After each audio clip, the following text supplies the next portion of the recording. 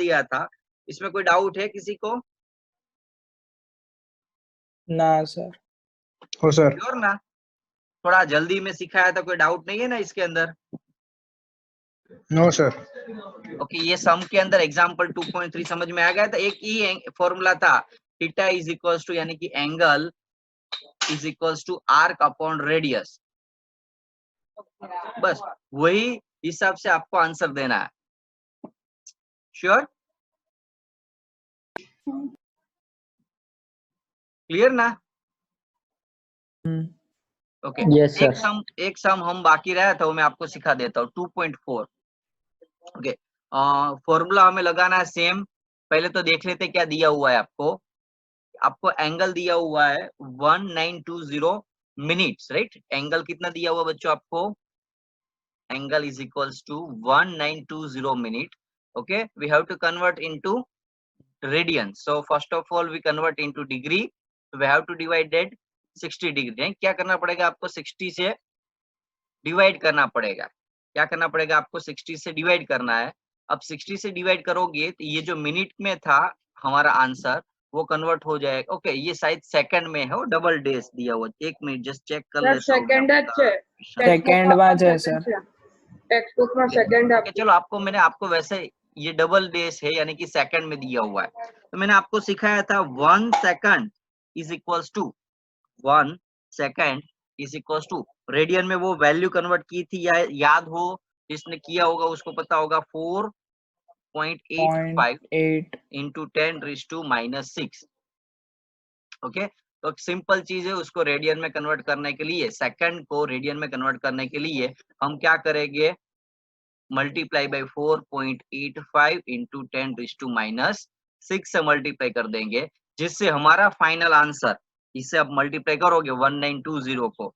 Okay, तो हमारा जो आंसर आएगा आप समझ लो, वो आएगा 9.31। ओके, मैं अभी डायरेक्टली आंसर देख के लिख देता हूँ, आप अपने हिसाब से मल्टीप्लाई डिवाइड जो भी होगा वो कर लेना।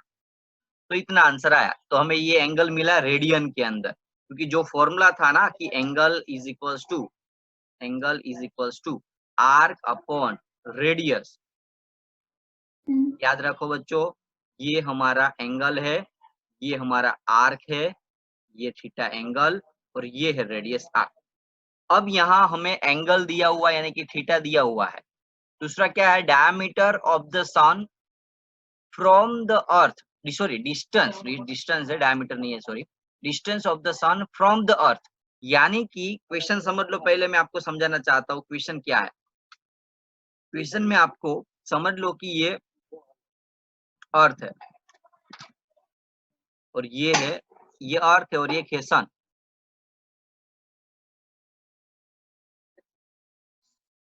सन से हमारा ये जो डिस्टेंस है वो आपको दिया हुआ है 1.496 इंटू 10⁻11। समझ लो, वो जो एंगल दिया हुआ है आपको 1920, जो हमें ऑलरेडी हमने कन्वर्ट करके ये कन्वर्ट किया 9.31 10⁻³ और ये हमारा समझ लो कि आर्क है। ओके, ये समझ लो कि हमारा आर्क है। क्लियर? तो आर्क, ये एंगल थीटा, और ये हमारा है रेडियस। तो क्या फाइंड करना है हमें? डायमीटर ऑफ द सन। और आर्क जो है वो एक्चुअली ये सन है समझ लो, और ये अर्थ है। तो आर्क जो है वो एक्चुअली क्या है? सन का डायमीटर ही है। तो वैसे हम समझने बैठे तो angle is equal to arc upon radius, हमें आर्क फाइंड करना है।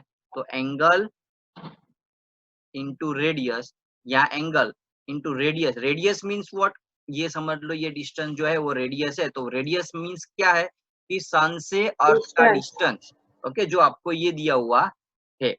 अब मल्टीप्लाई कर लेते हैं, चलो एंगल की वैल्यू डाल दो 9.31 इंटू 10⁻³ उससे मल्टीप्लाई कर देना है आपको रेडियस से। रेडियस कितना है आपको? रेडियस यानी कि डिस्टेंस कितना है? 1.496 इंटू 10⁻11।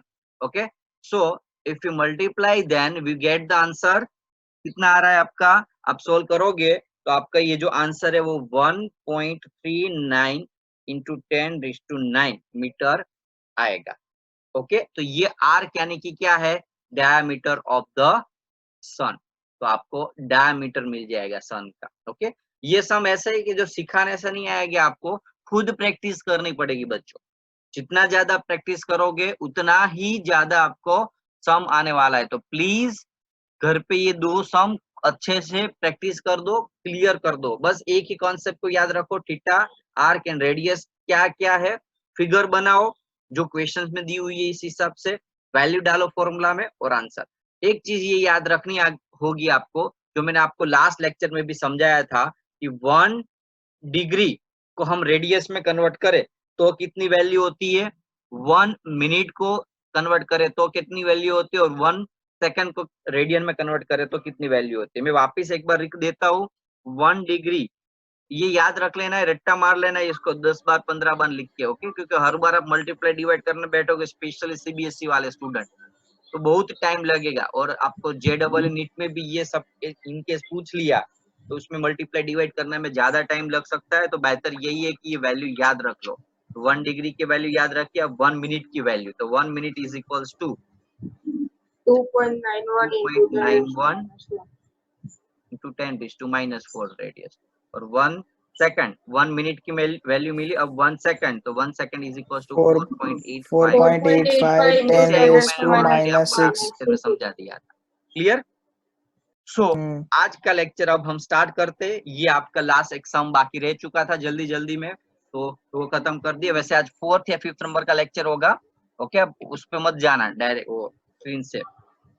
सो हमने ये लास्ट लेक्चर में सीखा था कि बड़े बड़े यानी कि वेरी लार्ज डिस्टेंस को हम ये पैरेलैक्स मेथड से फाइंड करते हैं। लेकिन बच्चों यदि बहुत स्मॉल डिस्टेंस है, स्मॉल डिस्टेंस यानी कि आप समझ लो कि एक एटॉम्स का जो डिस्टेंस होता है, एटॉम्स का रेडियस होता है, उस लेवल का यदि डिस्टेंस है तो उसको मेजरमेंट करने के लिए एक जस्ट बेसिक फॉर्मूला यूज होता है, बेसिक एक्सपेरिमेंट है। ये एक्चुअली ऐसा देखने बैठे तो एक प्रैक्टिकल है जो आपको लैब के अंदर शायद सिखा सकते हैं टीचर्स। ओके, यदि सिलेबस में चैप्टर का ना हुआ तो। अदरवाइज अब मैं आपको ट्राई कर रहा हूँ, प्रैक्टिकल सब्जेक्ट, प्रैक्टिकल टॉपिक है, जनरली स्किप कर देते हैं क्योंकि प्रैक्टिकल ही है, लेकिन ट्राई कर रहा हूँ आप अपने माइंड को, अपने माइंड के उस इमेजिनेशन को खोल के रखो। शायद 90% चांसेस है कि आपको क्लियर ही हो जाएगा। ओके, 10% यदि क्लियर ना हो तो आप ये प्रैक्टिकल आप नेट से देख सकते हो। ओके, नेट पे शायद मिल जाएगा आपको यूट्यूब। तो प्रैक्टिकल क्या है कि आपको स्मॉल डिस्टेंस एस्टिमेट करना है, ओलिक एसिड एक्सपेरिमेंट इसको बोलते हैं। कैसे करना होता है समझ लो कि एग्जांपल फॉर स्टेप 1, पहला मेरा काम होता है कि मेरे पास ये एक्सपेरिमेंट को ओलिक एसिड इसलिए बोलते हैं, जनरली इसमें ओलिक एसिड एंड अल्कोहल का सॉल्यूशन यूज होता है। अब वो सॉल्यूशन जो है उसके अंदर एग्जांपल फॉर, मैं आपको एकदम प्रैक्टिकली समझाऊं कि मेरे पास समझ लो 20 सेंटीमीटर अल्कोहल है। कितना बच्चों? 20 सेंटीमीटर क्यूब। वैसे सेंटीमीटर क्यूब इसलिए वॉल्यूम ही हुआ, तो 20 सेंटीमीटर क्यूब अल्कोहल में मेरे पास 20 सेंटीमीटर क्यूब। आप बोलोगे सर सेंटीमीटर तो लेंथ का है, लेकिन सेंटीमीटर क्यूब यानी कि वो वॉल्यूम का हो जाएगा, राइट? तो इतना वॉल्यूम है मेरे पास अल्कोहल का। किसका? ये अल्कोहल का। अब मुझे ओलिक एसिड कितना? तो 1 सेंट, वैसे ये 21 सेंटीमीटर क्यूब सॉल्यूशन बनेगा। इसलिए क्योंकि इसके अंदर 1 सेंटीमीटर क्यूब ओलिक एसिड और 20 सेंटीमीटर क्यूब अल्कोहल यूज करना होता है। तो अल्कोहल के अंदर में 1 सेंटीमीटर क्यूब क्या डालूंगा? Oleic acid. Oleic acid, oleic acid one type of the fat होता है, राइट? अब वो मिक्सर हो चुका है।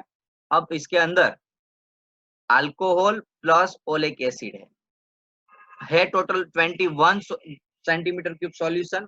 20 सेंटीमीटर क्यूब ले लो तो भी कोई दिक्कत नहीं है। तो इसका कॉन्सेंट्रेशन कितनी होगी? ये जो ओलिक एसिड है उसकी ये सॉल्यूशंस के अंदर कॉन्सेंट्रेशन कितनी होगी?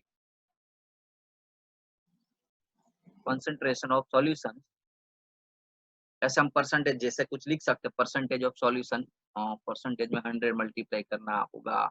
तो चलो कॉन्सेंट्रेशन ही लिखते हैं, कॉन्सेंट्रेशन ऑफ सॉल्यूशन। कितना कॉन्सेंट्रेशन होगा बच्चों? 1 in 20। समझ लो कि यहाँ मैंने एग्जैक्टली 19 अल्कोहल लिया, तो अब टोटल 20 सेंटीमीटर क्यूब सॉल्यूशन में 1 सेंटीमीटर क्या है ओलिक एसिड और 19 सेंटीमीटर क्यूब क्या है अल्कोहल। याद रखो 1 ओलिक एसिड है और एक 19 अल्कोहल है। प्रैक्टिकल है, ट्राई करो। आपने एक बीकर लिया है, बीकर के अंदर इमेजिनेशन करो, बीकर है, आंखें बंद करके, बीकर के अंदर अल्कोहल पड़ा हुआ है, 19 सेंटीमीटर क्यूब अल्कोहल है। पहले मैंने 20 बोला था लेकिन अभी 19 रखो क्योंकि कैलकुलेशन इजी होगा। उसके अंदर मैंने 1 सेंटीमीटर क्यूब ओलिक एसिड डाला तो टोटल हुआ 20। तो कॉन्सेंट्रेशन ऑफ ओलिक एसिड, तो ये जो सॉल्यूशन बना पूरा 20 सेंटीमीटर का जिसके अंदर दोनों है, उसमें ये जो ओलिक एसिड है उसका कॉन्सेंट्रेशन लेवल कितना है तो 1/20। ओलिक एसिड का कॉन्सेंट्रेशन कितना है बच्चों 1/20 सेंटीमीटर क्यूब। अब मुझे क्या करना है, ये जो सॉल्यूशन है ना उसमें से खाली ये सॉल्यूशन हो कि जिसके अंदर क्या था ओलिक एसिड एंड अल्कोहल था, उसका एक ड्रॉप वापिस 20 सेंटीमीटर क्यूब अल्कोहल में डालना है। समझ में आया बच्चों कि पानी भरा हुआ अल्कोहल है, 1 सेंटीमीटर क्यूब ओलिक एसिड डाला, अब वो जो मिक्स करके पूरा सॉल्यूशन बना उसमें से कोई एक ड्रॉप यानी कि 1 सेंटीमीटर क्यूब वापिस मुझे इस टाइप के खाली अल्कोहल सॉल्यूशन के अंदर डालना है। ओके, सॉरी 19 ही ले लेते भूल से, हर बार 20 बोल देता हूँ। तो 19 लिया, अब उसके अंदर 1 सेंटीमीटर क्यूब डाल दिया, तब उसका कॉन्सेंट्रेशन क्या होगा, new concentration of oleic acid. तो 1 सेंटीमीटर क्यूब डाला हमने। ओके, एक्चुअली हमने जो डाला ये जो 1 सेंटीमीटर क्यूब उसमें ओलिक एसिड था 1/20, ये ओलिक एसिड डाला हमने कितने में 19, यानी कि टोटल सॉल्यूशन कितना मिला 20। तो 1/20 of oleic acid in 20 centimetre cube, तो उसका सॉल्यूशन होगा 20 डिवाइड बाय 20 यानी कि 1/20 20। तो ये हमारा न्यू सॉल्यूशन, न्यू कॉन्सेंट्रेशन मिला ओलिक एसिड का। थोड़ा आपको ऐसा हो सकता है कि मे बी टफ लगे, लेकिन समझने का ट्राई करो। बाद में ये पूरा का पूरा मैं 1-2 मिनट के अंदर ऐसा समझा दूंगा कि आपको क्लियर हो जाएगा। ओके, थोड़ा अभी डिटेल्स में जा रहा हूँ तो शायद आपको ऐसा कुछ हो सकता है। अब आपको जैसे पता होगा कि वॉल्यूम यानी कि length into breadth into height. अब लेंथ इंटू ब्रेथ, हाइट को हम थिकनेस भी टी लिख सकते हैं। जैसे मेरे पास कोई एक ऐसा कोई सॉलिड चीज है जिसका थिकनेस टी है तो उसको हम हाइट भी बोल सकते हैं और थिकनेस भी बोल सकते हैं। एल इंटू बी जिसको हम एरिया बोल सकते हैं। तो A volume is equals to A into T होगा, तो उसके हिसाब से थिकनेस, ये टी टाइम नहीं है, थिकनेस है, thickness is equals to volume upon area. अब समझ लो बच्चों क्या करना है, हमें एक पानी या फिर अल्कोहल या फिर कोई भी अपने हिसाब से कुछ भी ले लो, जैसे पानी ले लेते हैं तो उसके ऊपर ये जो सॉल्यूशन था उसका कोई एक ड्रॉप में ऐसे डालूंगा तो ऐसे स्प्रेड हो जाएगा। ये जो ड्रॉप है कौन सा था तो 1/20 सॉल्यूशंस ऑफ कॉन्सेंट्रिक एसिड। अब समझ लो ये जो मिक्सर हुआ उसमें टोटल वॉल्यूम V है, उसमें एक यदि ऐसे छोटे छोटे ड्रॉप का वो बना होगा, ये जो अभी स्प्रेड हुआ वो छोटे छोटे, उसको आप मैग्नीफाई करोगे तो ऐसे छोटे छोटे ड्रॉप दिखोगे। तो एक ड्रॉप का वॉल्यूम समझ लो V है, तो n ड्रॉप का वॉल्यूम कितना होगा n इंटू V। अब समझ लो वॉल्यूम मिल गया हमें, एरिया ले लेते हम A, तो हमें थिकनेस का फॉर्मूला यदि फाइंड करना है तो thickness T is equals to formula होगा वॉल्यूम अपॉन एरिया। अब वॉल्यूम कितना है तो n इंटू V क्या है ड्रॉप का कॉन्सेंट्रेशन, सॉरी वॉल्यूम, एक ड्रॉप का वॉल्यूम NV अपॉन A। अब ये जो है ना वो टोटल वॉल्यूम है। यदि मुझे थिकनेस फाइंड करनी है ओलिक एसिड की, तो ओलिक एसिड का कॉन्सेंट्रेशन कितना था बच्चों 1/20। तो इसको यदि हम n इंटू वी मल्टीप्लाई कर देंगे तो ये हमें total volume of oleic acid मिला। टोटल वॉल्यूम में से डिवाइड बाय 20 यानी कि 400 से डिवाइड करूं मैं तो total concentration of oleic acid मिल जाएगा। अब उसको मल्टीप्लाई बाय हम कर देंगे n इंटू वी, ये मिला आपको टोटल वॉल्यूम। मैंने कुछ किया नहीं है, खाली NV की जगह कॉन्सेंट्रेशन ऑफ ओलिक एसिड डाला है, डिवाइड बाय एरिया ए तो है। तो हमारा जो थिकनेस है यानी कि वैल्यू है वो हमें मिली ये कुछ ओके, वैसे कुछ काम का नहीं है, डोंट वरी। यदि टॉपिक में नहीं समझ में आया तो प्रैक्टिकल देखोगे तो ही समझ में आएगा। मेरे पास अभी वो पॉसिबल नहीं है कि आपको प्रैक्टिकल ये समझा सकूं। मैंने लास्ट में बोला था मैं 10 मिनट के अंदर आपको पूरा का पूरा 5 मिनट के अंदर और रिविजन्स कराऊंगा, तो अब मैं समझा रहा हूँ पूरा का पूरा टॉपिक। अब यहाँ ध्यान देना, याद अभी तक शायद समझ में ना आए क्योंकि बहुत हाई लेवल का एक्सपेरिमेंट है। जनरली टीचर स्किप कर देंगे, टीचर्स आप स्कूल में जाओगे 100% टीचर स्किप कर देंगे।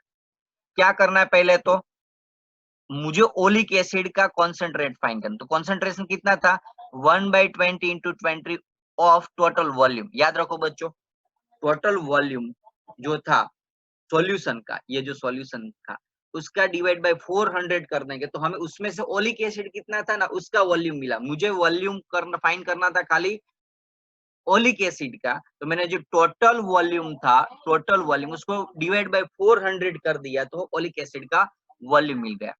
ओलिक एसिड का एरिया ए था तो मुझे थिकनेस का फॉर्मूला डालना था V by A.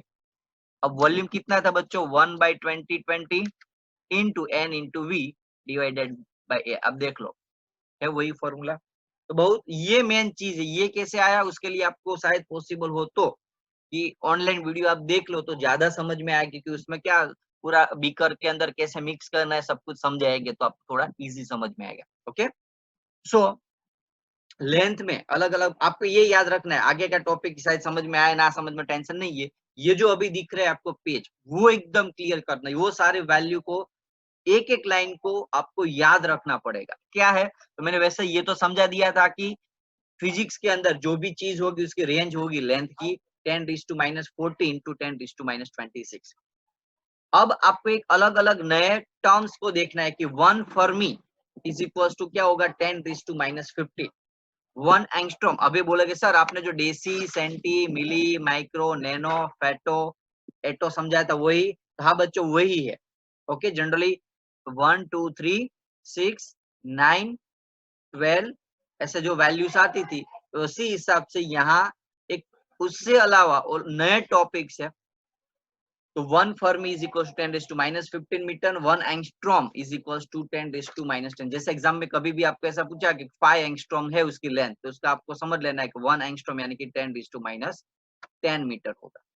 1 light year, तो उस 1 लाइट ईयर यानी कि एक लाइट जो होती है एक साल में 9.47 इंटू 10⁻15 मिनट जितना डिस्टेंस कवर करती है। याद रखना बच्चों, 1 parsec is equal to 3.08 into 10⁻16 minute. वैसे में जो कुछ इसमें समझाने की जरूरत नहीं है, खाली आपको याद रखना है ये सारी वैल्यू।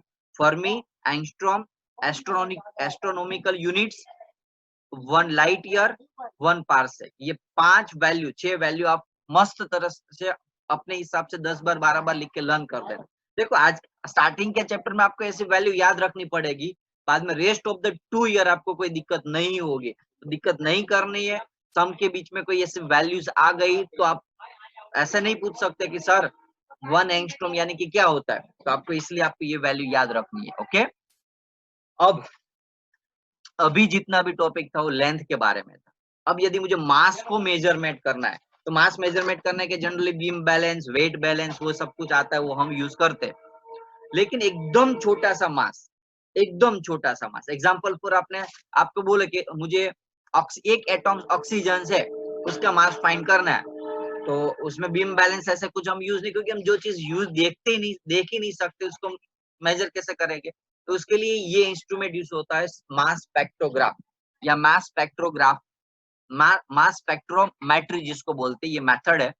उसमें इस टाइप का कुछ होता है, इलेक्ट्रिक गन से फ्रे करते हैं, उससे कंटिन्यूस आयोनाइज कर देते हैं और बाद में डिटेक्शंस होते हैं और मास मेजरमेंट होता है। बहुत कॉम्प्लिकेटेड चीज है, हमें उससे पढ़ना नहीं है, खाली मैंने जस्ट समझाया कि ये चीज यूज होती है क्या, मास स्पेक्ट्रोमेट्री। ओके, अब देखो कैसे पता चला होगा कि एक 16 ग्राम ऑक्सीजन यानी कि ऑक्सीजन का एटॉमिक मास 16 ग्राम है, वो कैसे पता चला होगा वो मैं आपको समझाता हूँ। सबसे पहले उन लोगों ने क्या किया होगा, कार्बन लिया होगा, कार्बन को 12 पार्ट्स में डिवाइड किया होगा। वैसे ये 9th स्टैंडर्ड में आ चुका है। 1/12 of mass of carbon carbon के मास को 12 से डिवाइड करोगे तो आपको वो 1 एटॉमिक मास यूनिट मिलेगा। अब बोलोगे जब भी ऑक्सीजन का बोलोगे कि ऑक्सीजन का एटॉमिक मास 16, तो पीछे हम AMU लिखते हैं। ऑक्सीजन का एटॉमिक मास 16, तो उसको हम पीछे क्या लिखते हैं? AMU। AMU का फुल नेम है atomic mass unit, atomic mass unit. तो कार्बन के मास को 12 से यदि डिवाइड किया तो एक वैल्यू मिली थी, याद रख लो तो अच्छा है, अदरवाइज कोई आपको वैसे याद रहेगी। क्यों? क्योंकि ये जो वैल्यू है कुछ नई नहीं है, ये प्रोटॉन का मास है। अब देख लो, एक प्रोटॉन का मास होता है 1.6 इंटू 10⁻⁻27। अब समझ लो कैसे पता चला कि कार्बन के अंदर 12 प्रोटॉन 6 प्रोटॉन एंड 6 इलेक्ट्रॉन होता है और 6 होता है न्यूट्रॉन। इलेक्ट्रॉन एकदम हल्का होता है तो उसके मास को हम निग्लेक्ट करेंगे। प्रोटॉन का मास एंड न्यूट्रॉन का मास दोनों इक्वल हो गए, सेम हो गए। प्रोटॉन एंड न्यूट्रॉन का मास क्या होगा? ऑलमोस्ट सेम हो गए। तो ऑलमोस्ट हम वैसे समझ सकते टोटल 12 प्रोटॉन है, इसको भी हम प्रोटॉन ले, प्रोटॉन का मास न्यूट्रॉन का मास सेम है, तो 6 प्रोटॉन और 6 न्यूट्रॉन, तो 12 प्रोटॉन या 12 न्यूट्रॉन मिलते, तो 12 प्रोटॉन एंड 12 न्यूट्रॉन। तो देखो ये एक एटम्स 12 जो है, आपको याद होगा कि कार्बन का मास 12 होता है। तो ऐसे कोई भी चीज को फाइंड होता है। जैसे ऑक्सीजन की हम बात करें तो ऑक्सीजन में क्या होता है? 8 प्रोटॉन एंड 8 न्यूट्रॉन्स होते हैं, तो टोटल हुआ उसका 16 एटॉमिक मास यूनिट। जो हम पीछे लिखते हैं एटॉमिक मास यूनिट, उसकी वैल्यू है 1.6 10⁻⁻27 means what? 16 into mass of proton, जिसकी वैल्यू है 1.6 10⁻⁻27। ओके, फिजिक्स के अंदर कोई भी वैल्यू होगी वो आपको 10⁻13 kg से 10⁻55 kg के बीच की वैल्यू मेजरमेंट करनी होगी। फिजिक्स के अंदर कोई भी वैल्यू के अंदर ही होगी। क्लियर? इसमें कोई डाउट है आपको मेजरमेंट ऑफ मास में? No sir. ओके, अब हम नेक्स्ट टॉपिक पे जाते हैं। ये आपको एक इंफॉर्मेशन के लिए ये आप स्क्रीनशॉट निकाल सकते हो, अदरवाइज एनसीईआरटी में दिया हुआ है कि प्रोटॉन का मास क्या होता है, साइज क्या होती है, ये सब कुछ दिया हुआ है, आप देख लेना। Okay, length and mass, electron proton और अलग अलग चीज के वैल्यूज लिखी हुई है, आपको जस्ट पता चले इसलिए। ओके, बाकी कोई याद रखना नहीं है। टाइम कैसे मेजरमेंट करना है, याद रखो, बहुत इंटरेस्टिंग टॉपिक है। एटॉमिक क्लॉक आते हैं। वैसे ये जो क्लॉक है ना, वो तो समझ लो कि वैसे उसका ही एक पार्ट है। ओके, तो एटॉमिक क्लॉक क्या है? आप ऐसे समझ लो कि कोई भी चीज को एकदम एक्यूरेसी से मेजरमेंट करना है ना, तो एटॉमिक क्लॉक यूज होती है। आप बोलोगे सर कैसे, इसकी एक्यूरेसी कितनी होती है?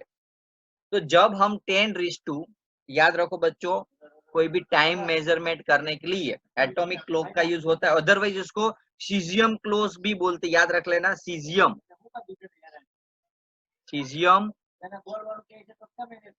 एटॉमिक क्लॉक भी बोलते, क्योंकि सीजियम का यहाँ यूज होता है इसलिए। ओके, तो इसमें एक्यूरेसी कितनी है समझ लो। आप कोई भी टाइम मेजरमेंट करो तो 10⁻², आप कब एरर मिल सकती है इसके अंदर कि यदि आप समझ लो कि 10⁻13 टाइम, 10⁻13 टाइम समझ सकते हो ना कि पीछे 13 टाइम 0 लगाना है, उतनी टाइम से यदि आप मेजरमेंट करोगे टाइम को, उस इतने टाइम के अंदर खाली एक ही बार वो रॉन्ग दिखा सकता है, बाकी हर एक टाइम में वो सही आंसर होगा आपका। याद रखो बच्चों, 10⁻13 टाइम में खाली एक ही बार इतने एक्सपेरिमेंट करने आपको, 10⁻13 टाइम एक्सपेरिमेंट के अंदर खाली एक बार वो एक्सपेरिमेंट रॉन्ग हो सकता है, अदरवाइज वो आंसर आपको एकदम एक्यूरेसी के साथ मिलेगा। अब दूसरी कितना हो कि आप 1 सेकंड मेजरमेंट कैसे करते हैं। ये जो क्लॉक होती है उसके अंदर मैं वैल्यू लिखता हूं 9192631770, यानी कि इतनी टाइम्स जब वाइब्रेशंस होता है, ये जो क्लॉक्स होती है ना क्लॉक्स, उसके अंदर एक सीजियम्स होता है, वो सीजियम ये क्लॉक सिग्नल है, तो वो ये जो आपको ये वाइब्रेशन दिखाता है और ये डिटेक्शन जोन है। ओके, वैसे आप मुझे भी इतना डिटेल में नहीं पता है कि क्या होता है, क्योंकि ये आपके सिलेबस में भी नहीं है और मेरे सिलेबस में भी कहीं आया नहीं है। जस्ट आपको कैसे काम करना उससे मतलब नहीं है, लेकिन वो क्या है वो समझा रहा हूँ मैं आपको। तो जब वो इतनी टाइम्स मेजर वाइब्रेशन होगा, ये जो क्लॉक है उतनी टाइम वाइब्रेट होगी, तब 1 सेकंड होगा, समझ लो 1 सेकंड में उतनी टाइम वाइब्रेशन होता है। तो वो इतनी एक्यूरेसी दे सकता है आपको। समझ सकते हो आप बच्चों कि आपको एग्जांपल 4 आधा सेकंड है तो समझ लो उससे डिवाइड बाय 2 कर दो। तो जब ये इतनी टाइम वाइब्रेशन करेगा तब खाली 1 सेकंड टाइम होगा। तो इतना वो एकदम एक्यूरेट है और प्रॉपर आंसर दिखा सकता है एटॉमिक क्लॉक। ओके, ये कोई सेकंड के अंदर आंसर नहीं देता, वो माइक्रो सेकंड का आंसर देता है और माइक्रो सेकंड से भी ज्यादा एक्यूरेट वैल्यू देता है। ओके, हम बोलते हैं ना जनरली कि 12 बजे 15 मिनट और 13 सेकंड, ये क्या बोलता है 12 बजे 15 मिनट 12 सेकंड और उसके बाद इतनी टाइम्स का आंसर डिजिट में आता है कि 12 सेकंड नहीं, 12 second 35 mini second, micro second, 30 by, ये इसके पीछे भी इसके बहुत सारे वैल्यू आती है। तो ये उसकी एक्यूरेसी है। Okay, atomic clock. इसमें कोई डाउट बच्चों? हाँ सर। No sir. अब एक्यूरेसी क्या है और प्रिसीजन क्या है, बहुत इंटरेस्टिंग टॉपिक है एक्यूरेसी एंड प्रिसीजन। वैसे ये एक्यूरेसी तो आपको पता है एक्यूरेसी क्या क्या है? कोई कौन बोल सकता है? चलो दो तो आंसर। एक्यूरेसी का मीनिंग क्या है? थोड़ा जल्दी बोलना, 5 मिनट है तो ये टॉपिक कंप्लीट करना है। What do you mean by accuracy? Sir આપણે જે ઓરિજિનલ વેલ્યુ એનથી કેટલું નજીક સુધીમાં આપણે મેઝરમેન્ટ કર્યું છે। ओके, कोई भी हम मेजरमेंट करते हैं, कोई भी मेजरमेंट करते हैं, मूड कर दो प्लीज, चलो सभी स्टूडेंट। तो कोई भी हम मेजरमेंट करते हैं उससे ये जो मेजर वैल्यू एक्चुअल वैल्यू से हमारा मेजरमेंट कितना नजदीक है वो हमारी एक्यूरेसी हुई। अब प्रिसीजन के बारे में क्या है पता है किसी को? प्रिसीजन का मीनिंग क्या है? शायद नहीं पता होगा, नहीं है ना किसी को? No sir. चलो मैं दे देता हूँ आंसर। एक्यूरेसी और प्रिसीजन, प्रिसीजन और एक्यूरेसी, यहाँ लिखा हुआ है, क्या लिखा है देखो, accuracy of measurement is the measure of how close the measured value is the true value of quantity. मेरे पास समझ लो कि वाटर है, तो वाटर की जो एक्चुअल वाटर है समझ लो 990 मिलीलीटर है और मैंने मेजर किया तो मुझे वैल्यू मिली 985। कोई एक ने मेजर किया तो 985 मिली, दूसरे ने मेजरमेंट किया तो 989 हुई, किसी ने मेजर किया 991 हुई और किसी सर 992। तो बोलो यहाँ तीनों के अंदर कौन ज्यादा एक्यूरेट है? कौन बोल सकता है? बोलो आंसर बोलो, तीनों के अंदर कौन ज्यादा एक्यूरेट है? Second one. Second one. क्यों? क्योंकि एक्चुअली जो वैल्यू थी 990 उससे ये वैल्यू खाली एक वैल्यू ही दूर है, अदरवाइज यहाँ 85 के 5 का डिफरेंट, यहाँ 2 डिफरेंट। तो ये एक्यूरेसी बोलते हैं। लेकिन प्रिसीजन का मीनिंग क्या है? थोड़ा प्रिसीजन थोड़ा अलग टॉपिक है। मैंने समझ लो यहाँ, अब देखो ये तो क्लियर होगा how close the measure value true value, measure value true value से कितनी नजदीक है, तो ये सबसे ज्यादा नजदीक है। लेकिन precision tells us what resolutions और limit the quantity is measured. હવે આમાં તમને એવું લાગશે કે સર શું કહેવા માંગે ખબર પડી नहीं? आई होप મને ખબર છે કે તમને પણ ખબર પડી नहीं હોય। फिर से बोल रहा हूँ, it tells us what resolutions or limit the quantity is measured। अब मैं आपको एक से प्रैक्टिकली समझा देता हूँ क्या है, समझ लो कि एग्जाम्पल फॉर मैंने किसी ने बोला कि समझ लो अभी कितने बजे, तो कोई बोल रहा है सर 6:32, कोई बोल रहा है 6:30, 6:30 यानी कि 6.5, कोई बोल रहा है सर 6:32.15 सेकंड, 6:31.15 सेकंड। अब एक्चुअल वैल्यू समझ लो ये है, तो आप ऐसा बोल सकते हो कि ये ज्यादा एक्यूरेट है। लेकिन सबसे ज्यादा प्रिसीजन क्या है, सबसे ज्यादा प्रिसाइड वैल्यू क्या है, तो ये है। भले वो कितनी दूर है, हमारे जो एक्चुअल वैल्यू से आंसर कितना दूर है उससे फर्क नहीं पड़ता, लेकिन फर्क पड़ता है आपने कितना प्रॉपर आंसर दिया, कितना प्रिसाइज आंसर हुआ। आपने क्या किया, यहाँ आवर्स और यहाँ मिनट में दिया, लेकिन सेकंड में किसी ने आंसर दिया नहीं। कितने सेकंड हुए वो तो किसी ने बोला ही नहीं, और यहाँ 15 सेकंड वो ज्यादा प्रिसाइज वैल्यू। समझ में आया प्रिसाइज के बारे में? कोई डाउट इसमें? ना सर। लिमिट No या sir, समझ आ रिजोल्यूशन, गया। इसको हम प्रिसीजन बोलते हैं। एक क्वेश्चन देता हूँ, आप आंसर मुझे दो। चलो, मेरे पास वाटर है, मेरे पास एक वाटर है, उसकी क्वांटिटी एक्चुअल क्वांटिटी है 2 लीटर। कोई एक बंदा है जो मेजर कर रहा है वैल्यू को, वो बोल रहा है कि 1.9 लीटर है, कोई एक बोल रहा है 1.95 लीटर है, कोई बोल रहा है 1.92 यानी कि 1 लीटर और 92 मिलीलीटर है। कोई को समझ लो कि यहाँ किसी ने 1.98 लीटर बोला, क्योंकि ऑलमोस्ट दोनों सेम हो जाते हैं। तो यहाँ तीनों के अंदर सबसे ज्यादा प्रिसाइज वैल्यू क्या है? बोलो, कौन बोल सकता है आंसर? Third number.